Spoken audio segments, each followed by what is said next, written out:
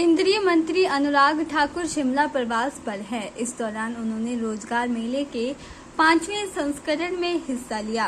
प्रधानमंत्री नरेंद्र मोदी ने एक साल में 10 लाख युवाओं को नौकरी देने का संकल्प लिया है। इसके 4 संस्करणों में 2.88 लाख युवाओं को रोजगार दिए जा चुके हैं। 5वें संस्करण में 71,000 युवाओं को रोजगार मिले। इनमें 561 युवा हिमाचल प्रदेश के भी हैं। केंद्रीय मंत्री अनुराग ठाकुर ने कहा कि अब तक 3.60 लाख युवाओं को रोजगार दिया जा चुका है। उन्होंने कहा कि प्रधानमंत्री नरेंद्र मोदी यह चाहते हैं कि युवा केवल सरकारी नौकर बनकर न रहें, बल्कि राष्ट्र निर्माण में सरकार का सहयोग करें।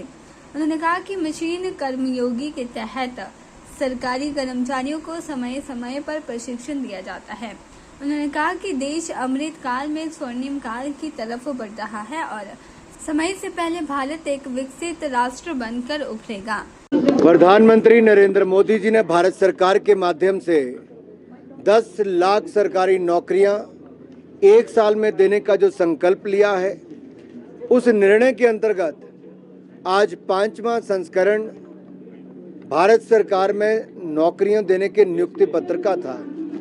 मुझे कहते हुए प्रसन्नता है कि पहले 4 संस्करणों में 2,88,000 युवाओं को अब तक रोजगार दिया जा चुका है और आज भी 71,000 के लगभग युवाओं को रोजगार दिए गए हैं जो सरकारी नौकरियां हैं। आज 5वें संस्करण के बाद लगभग 3,60,000 युवाओं को सरकारी नौकरी देने का काम पूरा हो चुका है। हिमाचल प्रदेश में भी आज हमने 561 युवाओं को विभिन्न मंत्रालयों में सरकारी नौकरियों के लिए नियुक्ति पत्र देने का काम पूरा किया।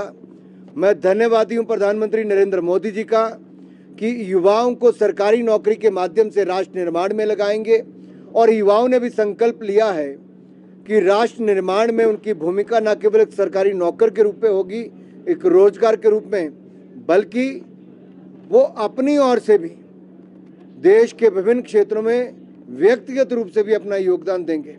मिशन कर्मयोगी में आई गॉट के माध्यम से वो अपना समय समय पर प्रशिक्षण और अपग्रेड भी करते रहेंगे।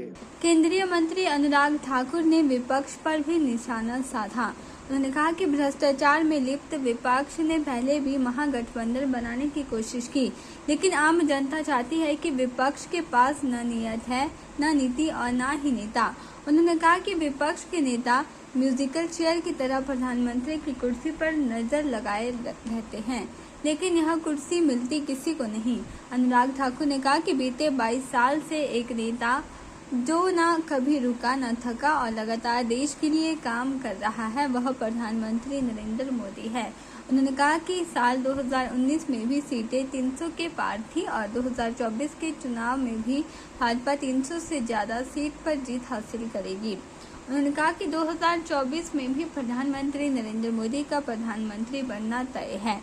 देखिए, मुझे केवल इतना कहना है, ये राजनीतिक दल जिनके अधिकतर नेता भ्रष्टाचार में डूबे हुए घिरे हुए हैं, उन्होंने पहले भी महागठबंधन बनाने का काम किया था, लेकिन कहीं काम नहीं आया। लोगों ने उनको नकारा है, उनके भ्रष्टाचार के चलते, उनकी नीतियों के चलते। न इनका नेता है, न नीति है, न नीयत है। तो जब एक प्लेटफॉर्म पर भी सब आकर इकट्ठे होते हैं, तब भी म्यूजिकल चेयर की तरह सब प्रधानमंत्री की कुर्सी की ओर नजर रखते हैं, लेकिन मिलती किसी को नहीं है। क्योंकि जनता ने देखा है कि जो व्यक्ति 22 सालों में ना थका, ना रुका, ना जिसने अपने लिए कोई छुट्टी ली, जो देश के लिए समर्पित रहा, वो नरेंद्र मोदी जी लोगों को 24 में देश के प्रधानमंत्री के रूप में नजर आते हैं। और पिछली बार भी 300 पार थी, अगली बार भी जनता के आशीर्वाद से 300 पार होंगे। पाकिस्तान में जो हालात हैं वो किस तरह से देख रहे हैं? तो हम नहीं चाहते हमारा पड़ोसी मुल्क कोई भी फेल्ड स्टेट हो। कोई नहीं चाहता वहाँ पर गलत हाथों में सत्ता जाए, लेकिन हम इतना जरूर चाहते हैं कि वो आतंकवाद की घटनाओं को अंजाम देना भारत में बंद करें। कोई भी वहाँ पर सत्ता में हो, उनका कोई हक नहीं कि भारत में आतंकवाद को बढ़ावा दें। के चैनल के लिए शिमला से पुष्पिंदर कुमार की रिपोर्ट।